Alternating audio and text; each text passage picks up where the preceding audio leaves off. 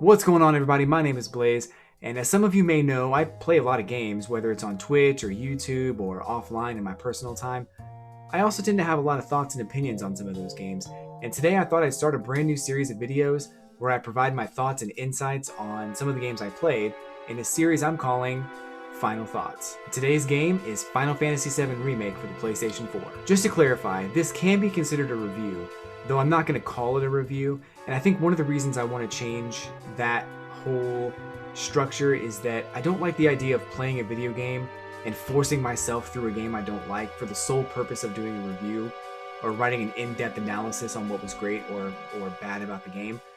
There will be a score at the end of this, but I'm not going to go over every detail. I want to enjoy my experience playing the game, and if I don't like playing a game, I'm simply going to stop doing it. So before we begin today, I think it's pretty safe to assume there's going to be massive spoilers in this video. If you do not want to be spoiled in Final Fantasy VII, this is not the video for you. If you've played the original game or you've played the remake and you know everything about it and you don't care about spoilers, and stick around. If you've not played the game and you don't want to know what happens, leave the video, throw your laptop out the window, whatever you need to do. This is not the video for you right now. Add it to your watch later list and come back and watch the video when you're ready. But if you do not want to be spoiled in Final Fantasy VII Remake, get out of here. What are you doing? Having said all of that, let's kick this thing off. So here are the categories I'll be covering today. Normally I would go over the categories in this order, but there's a couple of categories I want to save till last because I'm very passionate about some of the thoughts and criticisms I have about this game. So today I'll be running through the categories in this order. So let's go ahead and get started with sound and music. So I remember Final Fantasy VII as having some of the most iconic and just so thematic music of any game I ever played back in the 90s. I remember playing through the game and being so drawn into that game and that world just by the music alone. So it was very refreshing when the remake pulled some of these tracks back into the game, drew you back into the game in a way that felt classic, but also felt new. Every now and then, they did a really good job of, like, every now and then they would split up this game into moments where you hear things that maybe sound vaguely familiar, and then you don't really pay attention to the music that much at all. Maybe because you hear like the battle music or something and you've heard that 100 times before, so you kind of just forget about it. And then after a little while, the new music will start to bubble up from just out of nowhere, and then this flood of memories comes back, which was just so amazing. I think Final Fantasy VII always did a great job of using music that fit the theme of the game, and FF7 is no exception. The remake also did a great job of doing that, keeping the tracks centered around the adventures of Midgar, and I loved it. I thought the music was great. I didn't really have any real issues. I'm not going to spend a whole lot of time on this category. I really didn't have any issues with the music. I think there's only a few things that I wish they would have done. Is that like, I wasn't a huge fan of the remix tracks, and I know that a lot of people are, and that's okay.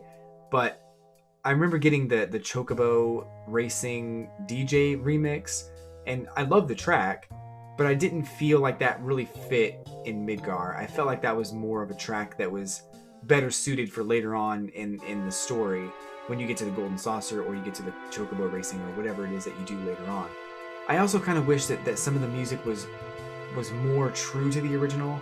Not that it was wildly different, just that I wish that they had kept the instruments and the sound and the aesthetic and everything the same. I felt like the first mission specifically, there was a moment where you go into this Mako reactor and you're exploring, but the music is like lower, it's lower volume, so you really don't hear it.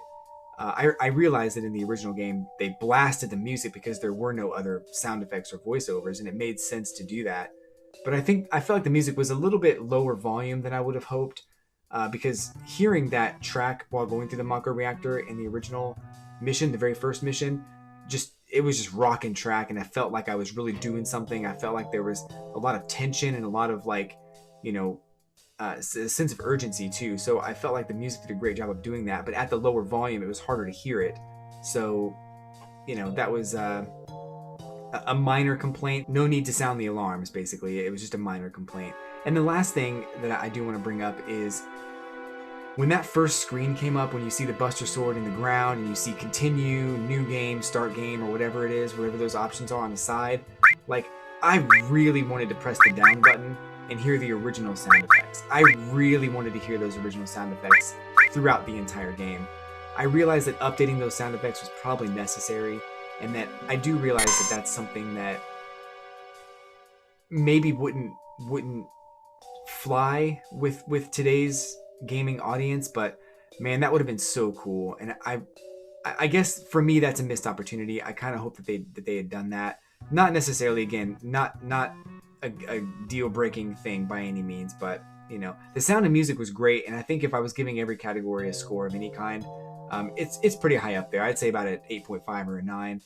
They did a great job with the sound and the music, and they kept it true to the original when they needed to, and then kind of, you know, it kind of eased off into the background as you kept playing, and then at certain points it would start bubbling up again, which I thought was cool. So overall, sound and music was great, so I hope you enjoyed it too. Alright, moving on to lasting appeal. I really do think that Final Fantasy VII Remake has a lot to offer after you finish the game, a lot to keep you engaged in the game and keep you playing from start to finish all over again. I thought there was going to be some kind of a new game plus or something that opened up that would let you start the game from the beginning and go through the game from start to finish. But they did something kind of better. They actually did something with letting you select whatever chapter you wanted to play in whatever order, so you can go through and get things that you missed, which is awesome. You can also select the difficulty level of those chapters. So if you want to play the first chapter on hard difficulty, you can just do that, move on to the next chapter, and then skip to the last chapter if you want to. You can kind of jump around the game however you see fit, which I thought was pretty cool. It gives you a chance to unlock things that you missed, like CDs, assessed enemies, materia, and enemy skills, which there might be only, I think, 4 enemy skills, if I remember correctly. But materia and assessed enemies are going to be tough, and then CDs, of course, too. And I think this opens up a good amount of replay value for the game. It definitely makes me feel like I want to go through it kind of at my own pace, at my own leisure, under my own control. Now, in order to save the things that you do in that chapter, you do have to finish the chapter before moving on to the next. Otherwise, the things you do won't save. But it gives you a chance to level up materia, get new materia, make more money, buy new weapons and armor, and things like that. Also, the battle simulator in Chapter 15 opens up some new challenges for you as well. So there's a lot of stuff to experience in the game after you finish it, and a lot of reason to keep playing. I think for lasting appeal, I'd probably give it about a 7 or 8, I think, because it definitely does more than I thought it would, and I think that that's cool. I thought it was just going to let you go through the game again a second time on a harder difficulty with all of the things that you unlocked, but it actually gave you more freedom and options to do kind of whatever you wanted to. So definitely a thumbs up for me on the lasting appeal. It's definitely worth playing around with after you finish your first playthrough. So before I go into the next 2 categories, I want to take a second to emphasize that I really enjoyed playing this game. Some of the things I'm about to say may sound like I'm contradicting that statement. Just know that I'm very passionate about the next few points I want to make. I don't believe this game deserves a 10 like some of the other gaming outlets have put out there, and I'll be checking out some of the things they said in a different video. Feel free to disagree and form your own opinions, but also understand that it's okay to disagree. We may never convince each other to change our minds, and I'm certainly not trying to change your mind, but it's also important to respect each other's opinions. Okay, on to gameplay and controls. So for starters, I really like the way that you navigate around Midgar. I thought it was very fluid. There wasn't really a whole lot of slowdown, unless the game needed you to slow down for whatever story elements were going on. I thought that was pretty cool. I liked that if you bumped into another character, that you kind of just shrugged them off and kept moving. I never felt like there was a slowdown or anything like that, which I appreciated. I thought that was pretty cool. I also really liked the little tiles and stuff on the floor that really kind of gave you an idea of where you needed to go. Sometimes I get lost in video games and I get frustrated because I don't know where to go, and I feel like that was a good way to kind of push you in the right direction. The game did feel very linear, though there were several moments of like open world gameplay where you can kind of go anywhere you wanted to go and explore whatever you wanted to explore, or do side quests and things like that. So as far as the gameplay that was outside of the battle system, I thought it was great and super fun. And even the battle system itself, I really liked the battle system. Overall, I thought the battle system was fun. There was a little bit of a learning curve that I needed to kind of figure out as I go. I feel like the battle system was really built more around Kingdom Hearts than it or borrowed from Kingdom Hearts than it was really about Final Fantasy VII. So I understand that the original game was a turn-based battle system, which doesn't really work in today's video games. But I felt like because of the borrowing the system from Kingdom Hearts, that the battle system wasn't really built with materia in mind. It wasn't really built around materia. I almost felt like materia was kind of thrown in last minute because that was a big part of Final Fantasy VII, so they had to put it in the game. There was a variety of materia, which was great, but I felt like it was a bit lacking also. And summons were really only situational. I understand that it wouldn't make sense to unleash Ifrit on some sewer rats. Modifying the system in a way that meant you could unleash a devastating fire attack at a huge cost to MP would mean that you could strategize on who gets what materia and how the character would operate. So I felt like there was opportunity there for, you know, the summons to be a little bit more useful and a little bit more versatile. They were really only situational, and there were times when I summoned Ifrit at, you know, full bar, and he came out and died within 10 seconds. So I don't feel like the summons were used to the best of the ability, and I would have loved to see like a different type of system used for summons. One thing I had in mind would have been great to call in a summon spell with a huge cost to MP, but you also could have another materia that would allow you to split MP between you and another player. So let's say Tifa wanted to summon Shiva. You could have Cloud split his MP with Tifa so she could summon this devastating ice attack multiple times. Otherwise, she may only be able to use it once. That also means that if you really wanted to, you can give Tifa things like chakra and prey materia, so she doesn't have to really dig into her MP that much, and she can just heal herself, and she can use these other attacks, and I think that would be much better. You could also introduce different types of materia that don't necessarily use MP, so that you could have this devastating summon spell. Or maybe you could have multiple summon spells. You could have a summoner. You could have someone actually play this, or like a makeshift summoner class. I think, to me, that would have been way cooler and would have utilized the materia system a lot better.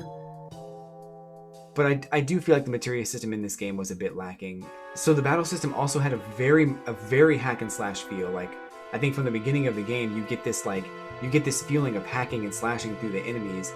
But as you progress through the game, you start to be punished for relying too heavily on that hack and slash.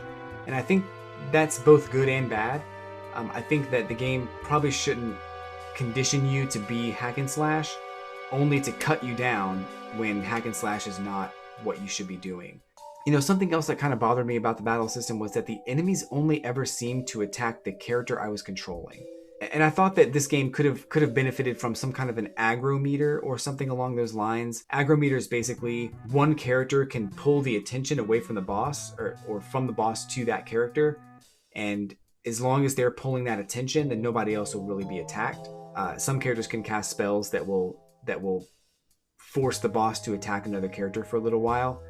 If they happen to start doing a lot more damage, then the boss might pull away from someone who's pulling that attention to fight someone who's dealing more damage. That the attention of the boss or the enemies seemed to really only go to the player I was controlling, and it was really frustrating when I was trying to heal myself, or when I was in a situation where I'd just taken a devastating hit and I needed to heal myself, and none of my other characters could do it because their ATB wasn't full. Which brings me to another point. The ATB meter fills very slowly for characters that you're not controlling. So if you happen to be controlling Tifa and you're pummeling an opponent, her ATB meter fills up really fast. But Cloud's and Barrett's won't, even though they're doing the same type of attacks that they'd be doing if you were controlling them. But if you switch to them, all of a sudden their ATB meter fills up super quickly. This behavior does encourage switching out characters. It can be really frustrating, especially when you're trying to heal yourself, like I mentioned before, or if you're being forced to play a character whose playstyle you don't quite enjoy. I think an aggro meter would have made everything so much better. The only other thing I'll say about the gameplay is that Red 13 was not playable, and I thought that was a a little, I don't want to say lazy, because this game is a huge endeavor. It took a lot of people to make this game and a lot of time to make this game. But I thought that at the point in the game where you unlock Red 13, it would have been really cool to play as him, to be able to equip materia and other armor and items that you had to this character, even if you only get to play as him for a little while. I thought that would have been really cool. It didn't work out that way, and maybe there were some programming things that, maybe it would have taken too much time to put him in, and I get that. But it would have been really cool to be able to play as him, even if only for a short time.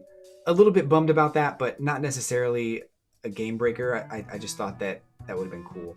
The gameplay and controls, I'm going to give a 7 to that, because I really do think that there was opportunity in the gameplay and controls. But overall, I did like it. I did enjoy it. It's a 7 from me on the battle system and the gameplay and controls.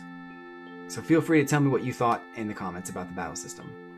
So moving on to visuals and presentation. So I have to say that graphically, the graphics in this game are unbelievably amazing.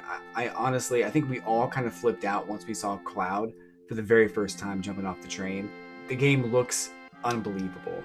We finally got to see Cloud, Tifa, Barret, and the rest in full 1080 HD in the most realistic representation of one of the greatest RPG stories ever told. There's tons of nostalgia sprinkled in throughout the entire game. My emotions ran so strong while watching a classic scene redesigned on PlayStation 4. I think I cried during the scene with Cloud and Aerith sitting on top of the Moogle slide in Sector, I think right before Sector 7 when Tifa drives by. It's like nothing happens in this scene, but it's just so emotional because of that moment was so pivotal and so important to the relationship of Cloud and Aerith, and it was just so cool to see. I also loved the extra scene after the Mako Reactor 1 explosion where you're walking through Midgar. Everything's in disarray, everything's fallen down, and you get to see like the consequences of the actions and things that you're doing. Obviously it wasn't your fault, but as at this time in the story you don't realize that. So you're walking through, Midgar and people just witness a terrorist act. Beams fell down, buildings fell down, all this stuff happened, and you're walking around during this devastation. People are scared for their lives, and throughout the game they have more of that you get to see, but it's not as prevalent as that first scene, and it was just so cool. I also love like the little details of the characters. When you equip like materia in like Tifa's gloves, for example, you get to see that materia, and the weapons they have equipped play out in the cutscenes most of the time also, which is pretty cool. I think that was a nice detail.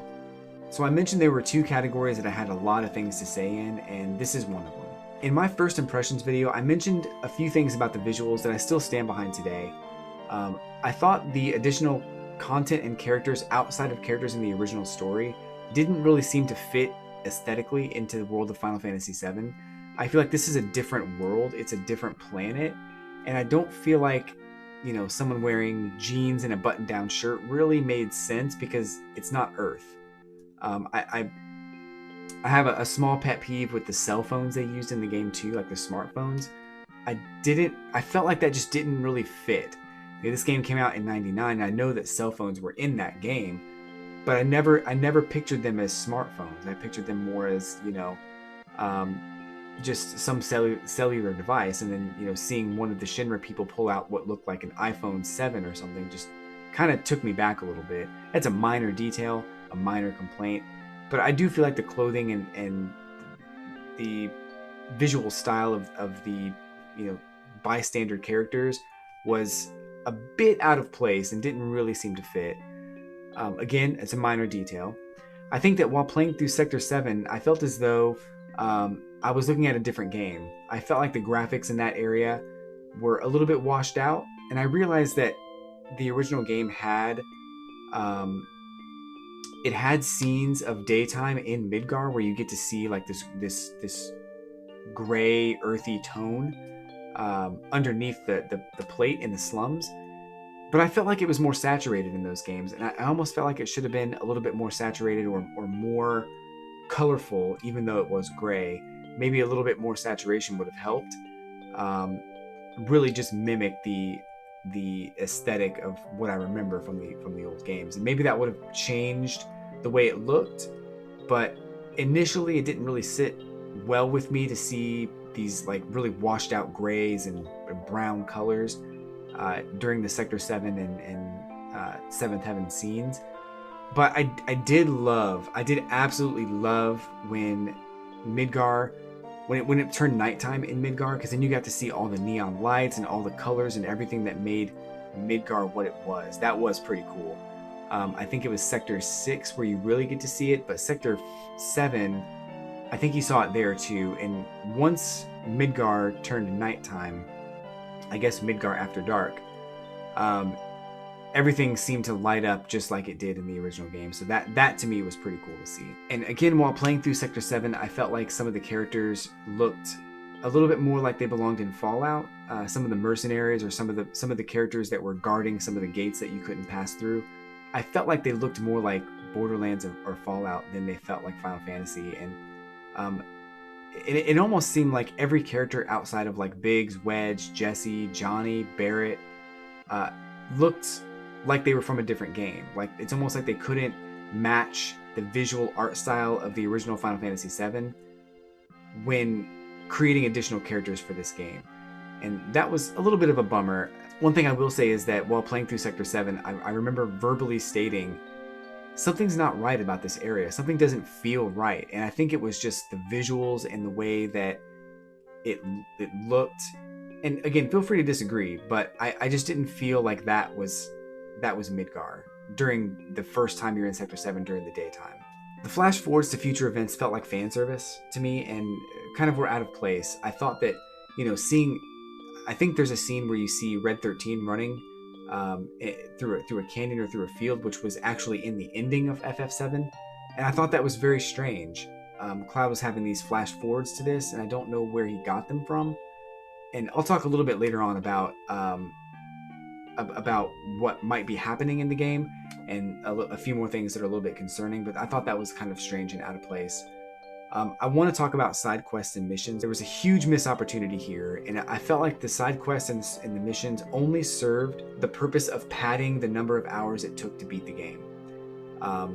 What I was hoping for was that when you did a side quest for a character in Midgar in Sector 7, that you would end up learning a little bit more about a specific character, whether that's Biggs or Wedge or Jesse or Barrett or Marlene or anybody. I thought it'd be really cool to do a side quest, and as you're doing this side quest, you learn more about a character. But the side quests that you did were more like, go fight this monster, go fight that monster, go find my cats, just silly stuff. And the rewards didn't really seem that rewarding either. I just don't think that the side quests were executed on a level that I wanted, and that was a little bit of a bummer. Also, there seems to be a lot of Kingdom Hearts inspiration or influence in this game as well. Character designs like Andrea Rodeo or Roche seem to be more inspired by Kingdom Hearts than Final Fantasy. I think Final Fantasy had its own distinct look and feel to not only the environments but also the characters themselves, and when they revisited this game today, it seemed like they took more inspiration from games and designs like Kingdom Hearts than they did looking back at the original game and the original concept art and making designs based on that. I mentioned the gameplay earlier in the video, so there's a lot to talk about with the battle system being what seemingly borrowed from Kingdom Hearts. There's also a lot of mystery in this game that I also feel is borrowed from the whole like Kingdom Hearts formula. So things like whispers that kind of leave us scratching our heads, like what's next? Who's alive? Who's dead? Why? Didn't that person die in the original? How would that affect the story if they're still alive? All these questions I had at the end of the game that I don't really know where they're going with the story, and I feel like that's kind of what they were trying to do, is get people talking about it, get people speculating about it, because that worked so well for Kingdom Hearts. I think the brilliance of Final Fantasy VII Remake is that we know the story. We know the grand story from start to finish, from Zack's perspective and Zack's story in the beginning of the game, beginning of the story, even before that. We know so much about what happened in Final Fantasy VII that there really is no mystery. And I feel like rather than adding mystery, I think they should focus on bringing more people in, more players who never played the original into the game, so they can experience these events in a whole new way. And even people who played the original can experience these events in a more nostalgic, heartwarming kind of a way. And I felt like that was also a missed opportunity. I don't know where they're going. I don't know what these whispers are going to do or what they're going to accomplish, but it really felt forced. And again, I feel like the whispers also seem to be there just to slow down the story and pad the game time. I'm going to talk a little bit later about what I think is happening and why this might be a bad thing, but I want to talk about my biggest complaint for Final Fantasy VII Remake, and that was basically Chapter 4. This chapter starts off really great. You start to get to know Jessie a little bit. You start to go to see her family, and I think that the character development here with Jessie was pretty awesome. Like, I wanted to know more about Jessie, and I thought that the introduction to her character and diving more into her family was such a great thing. You got to know more about her being an actress, which was such an awesome thing. So there are two really big complaints I have about this chapter.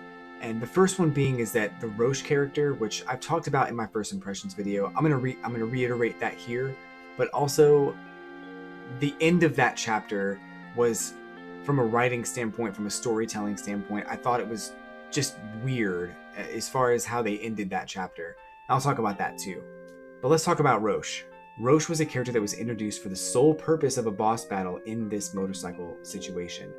He did not exist before. He's insane, and he was kind of annoying to fight on a motorcycle. The worst part about this character is I thought maybe he would show up again later on, and he never did. That character he showed up for the boss battle on the bike and then a boss battle later on, never showed up again, was never in the series before, and it was so annoying to fight him in the first place. But not only that, that whole scene, that whole transition from the motorcycles to the Shinra facility, to me was a waste, because you end up getting the situation where you're pushed up against a wall where Shinra guards are going to arrest you, and then he shows up, and it's like, okay, I'll fight this boss battle and maybe there'll be an opportunity for my characters to escape. So you do the boss battle, and then again you're still stuck in this area where these Shinra guards are going to arrest you even after you defeat him. So nothing changes. He doesn't serve any purpose in the story, and it's just so incredibly annoying. The writers wrote themselves into a corner, and the only way to get them out of a corner was to have this group of Avalanche supporters that you never heard of before go in there and shoot a bunch of Shinra guards, probably at their own sacrifice. I'm not even sure how they knew I was there. They go in there, they shoot all these Shinra guards, and then you come out unscathed. It was such a deus ex machina that came from out of nowhere. The boss battle was a waste of time. And I truly believe the game would have been better if the boss battle and that Shinra facility was not in the game. But that section really bothered me, and if you disagree, feel free to post in the comments why. But I did want to bring that up. I stand by that from my first impressions video, because it was a moment that I don't think the writers really knew what they wanted to do. They wrote themselves into a corner, and they had to use this group of people that never existed before to get themselves out of it. But that's probably my biggest complaint about the whole game, was that scene. The only other thing that really bothered me almost as much was the entire last fight with Sephiroth. I don't know if that really made sense at this point in the story. I really feel like that final battle should have been at the end of the entire story between Cloud and Sephiroth. I feel like at the end of this game, or at the end of this chapter of the story, it was very forced. It was out of place. To my knowledge, it wasn't even really Sephiroth. It was just a clone. So to me, it was very forced. And I felt like the Midgar section of FF7 was really more about Shinra and taking down Shinra, trying to stop this evil corporation from sucking the lifeblood out of the planet, because we know that it's doing damage to the planet. And it also sets up a new threat. It sets up Sephiroth. And I felt like you fight Shinra, you take down Shinra, and then you learn about Sephiroth, and that's all it should have been. Not, let's take down Shinra, and then let's go fight Sephiroth also, because that's the final boss of the game. Why not? We may as well. I feel like Sephiroth's battle here is going to diminish the battle that you have with him later on. So I think it was fan service, and I'm pretty sure that's all it was. But I really feel like it should have been saved. I think this moment at the end of the road would have been better to maybe fight Rufus again, or maybe the Turks again, or something that was more relevant to Shinra. Heidegger would have been a great example of a boss to fight right there. And I think after the motorcycle minigame, it would have been much better to include an epilogue of sorts as far as like what they're going to do next. I think knowing that there's going to be more and that we're going to leave Midgar and go to the next area would have been a great way to end it, as more of an epilogue or like an after credits scene or something along those lines. Overall, I think with visuals and presentation, the graphics were amazing. There are so many great scenes in this game, so many things that happened that really pulled at my heartstrings and really made me cry, like literally. And then there were some things they did that just really made me mad and made me scratch my head and made me question what it is they're actually trying to accomplish.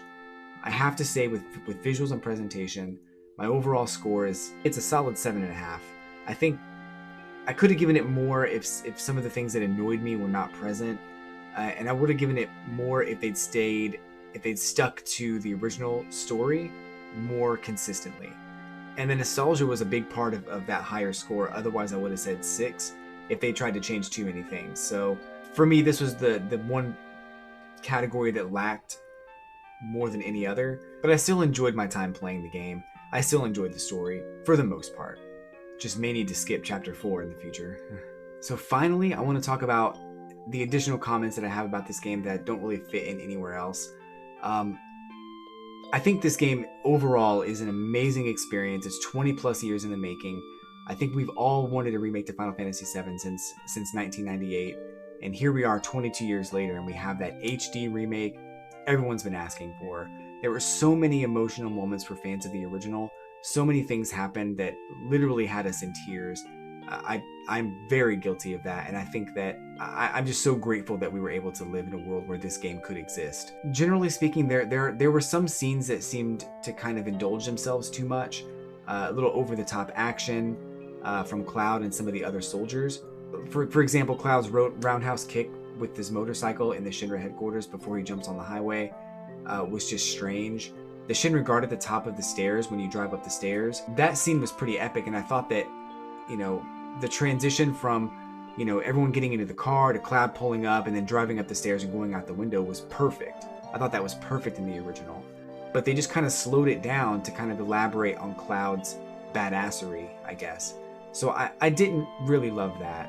And then, of course, once the crew, landed on the highway, that was when that minigame started with Cloud on the bike. But they kind of stalled the game a little bit to look back at the building with all the whispers, and I thought that was just a really weird way to slow down the story. The whispers in general are very confusing. I don't really know what we're looking at with the whispers. They weren't in the original game, so I'm not sure what purpose they're going to serve other than slowing down the game or padding the game time for each entry in the Final Fantasy VII saga. But it's very questionable. One question that I had that I think needs to be asked is, are they changing the story for FF7? And I think if the answer is yes, it's going to disappoint me quite a bit. You look at things like Biggs being alive, Wedge might also be alive. Is Jesse alive? I don't know. Is Zack alive? We saw the scene at the end of the credits, right before the credits roll, with Zack taking on those Shinra guards. In the original game, you see him die from those guards. In Crisis Core, you see a very similar scene play out where Zack dies from those guards. But in this game, he destroys them. Like, he wins. And he's like hobbling through, on the cliff with Cloud going to Midgar. So it's left open for interpretation, which I don't know why it's left open for interpretation. Like, Cloud has the Buster Sword, so unless Zack trips and falls and cracks his head open on a rock or something, how'd he get it? So it's just weird. I think Aerith's speech at the end seems to point to altering the story when she says, if we win, we'll be changing ourselves, which was very strange. Barrett even says that, I've spit in the face of destiny before. And then the whispers seem to support changing of destiny. There's a side note here.